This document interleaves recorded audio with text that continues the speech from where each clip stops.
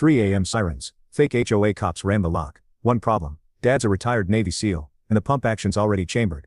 3 men posing as HOA officials tried to force their way into a quiet suburban home in the middle of the night, hiding behind fake badges and made-up authority. They thought no one would question them, that fear and confusion would keep this family silent, but they didn't count on Jeff Thompson, a retired Navy SEAL and father who drew a line they would regret crossing. And wait until you hear how this standoff unfolded and why justice in the end didn't just knock, it came through the front door. It began with a knock. Not frantic, not gentle, just 3 solid hits, like someone at the door knew the house was asleep and didn't care. The digital clock on Kyle Thompson's nightstand blinked 3:12 a.m. in soft red light, the kind of time that feels wrong, even without a reason. The 17-year-old stirred in bed, unsure if the sound he'd heard was real or imagined. It took a moment for his brain to catch up. Then came the second knock, louder, firmer, the kind that bypasses thought and goes straight to instinct.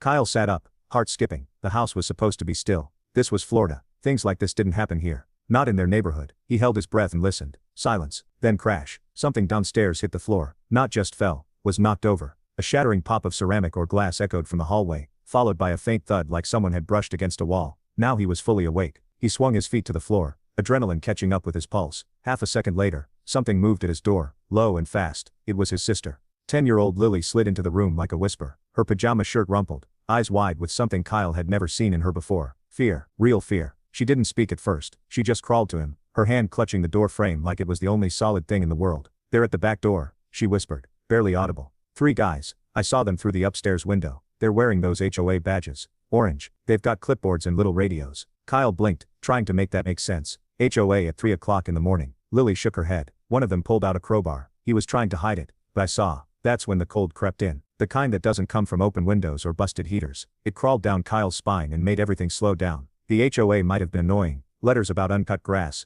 parking violations, mailbox paint. But they didn't do night visits. They didn't come armed. They didn't sneak around the back door with tools meant for breaking in. Something was wrong, and it was already inside the perimeter. Yet Kyle stood up slowly and moved towards the hallway. From here he could hear faint murmurs downstairs, voices too quiet to understand, but too calm to belong to anyone panicked or confused. This wasn't a misunderstanding. This was a setup, and someone was coming in. Kyle didn't need to say a word. The second his father stepped into the hallway and caught his son's expression, alert, scared, unsure, something shifted behind Jeff Thompson's eyes, a flicker, a look that had nothing to do with fatherhood, and everything to do with something older, deeper, trained. This wasn't confusion. This wasn't curiosity. This was recognition. Jeff glanced at the stairs, then toward the back of the house, where faint voices could now be heard murmuring outside the kitchen. Calm, too calm. He didn't ask questions. He didn't need to. The man had spent 2 decades serving in places most people only read about. He'd seen enough to know when something didn't add up, and nothing about this situation felt right. The time, the noise, the way they entered. Without speaking, Jeff turned and walked into the master bedroom.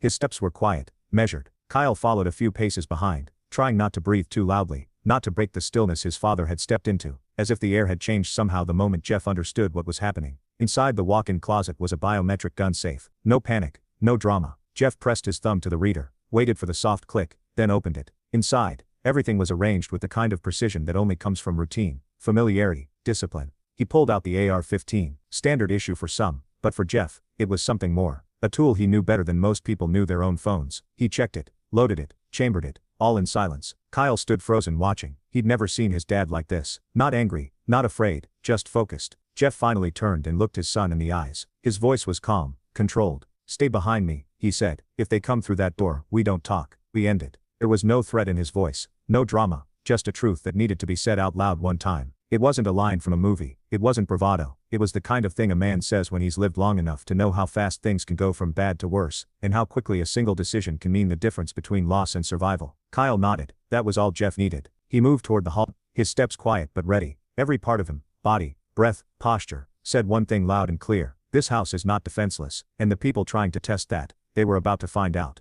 The house was never supposed to sound like this. Below them, on the other side of the stairwell, came the steady creak of footsteps over mulch and tile. A scrape, deliberate, then a shuffle, then a voice. "We've had complaints about your landscaping. We need to inspect the side entrance." It was the tone that made Kyle's stomach tighten. Too formal, too rehearsed, like the man had practiced it or repeated it at 2 other doors before theirs. Kyle moved slowly to the guest bedroom window, staying low. He lifted the corner of the blind just enough to see 3 men, late 20s, maybe early 30s, athletic, but not uniform. They weren't in police or city inspector gear, just cargo pants, mismatched vests, and orange tags clipped to their belts that looked like something from a hardware store named Badge Kit. One of them had a clipboard, another had a radio. The third one, the biggest, had gloves, and in his right hand, barely visible under a folded pamphlet, was a crowbar. Kyle felt it immediately. These guys weren't from the HOA, they weren't here to talk about grass height, they were playing a part, but the performance was thin. The edges were showing, these weren't inspectors, and they weren't leaving.